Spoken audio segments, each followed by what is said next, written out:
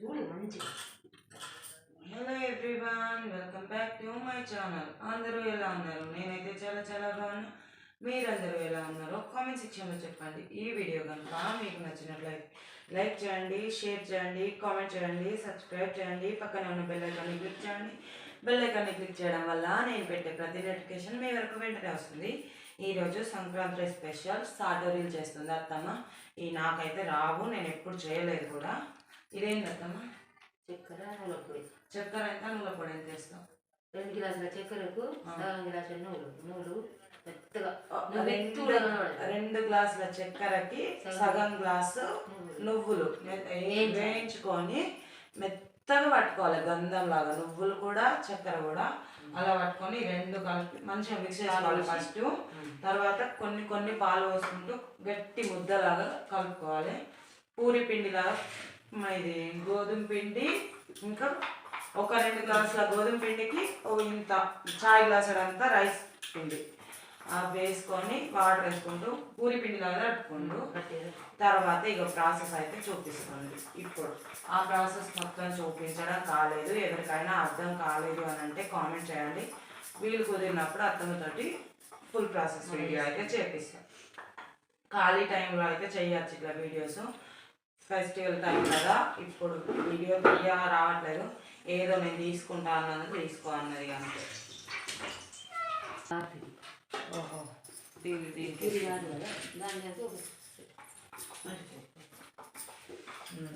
ఇప్పుడు ఉల్ల చేసే ప్రాసెస్ చూపిస్తాను.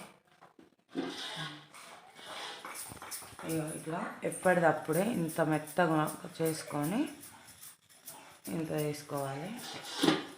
దీన్ని మంచిగా మళ్ళీ ఉల్లలాగా ప్రిపేర్ చేసుకొని పొడుగు చేసుకోవాలి. దీంట్లో ఈక్వల్ పార్టీషన్ తీసుకోవాలి. తర్వాత ఇలా ఇలా ఇలా అక్కడ ఫిల్లింగ్ చేస్తాను చూపి. ఇట్లా ఇదాన్ని కూడా ఉల్లలాగానే తీసుకుండా ఒక దానికి ఒక స్పూన్ అంత పడతాను. ఎవరు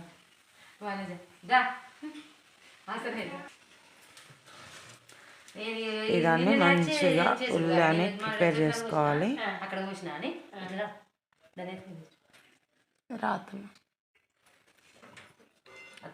ఇది లోపల దొడ్డుగా ఉంచాలి, సైడ్స్కి పల్చగా ఒత్తుకోవాలి.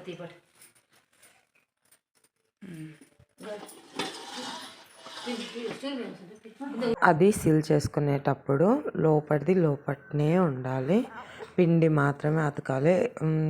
చక్కెర నువ్వుల పొడి గింట సీల్ చేసేటప్పుడు దానికి అతికిందనుకో మనం లాటిచ్చి ఆయిల్ వేసే టయానికి మొత్తం విడిపోతుంది. అందుకనే కొంచెం కూడా సిల్లింగ్ టైంకి లోపట ఉన్న మిశ్రమం అయితే బయటికి రాకుండా సీల్ చేసుకోవాలి.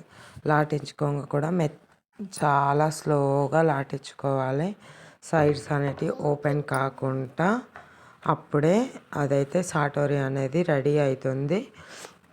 అది చక్కెర నువ్వుల పిండి కదా, లూజ్ అయిపోతుంది. ఇలా లాటించుకొని పక్కకు పెట్టుకోరాదు, ఆయిల్ పెట్టుకొని ఉండాలి. ఆయిల్ హీట్ అయిందంటే టక్క ఇలా వేసుకుంటూ తీసేసుకోవాలి.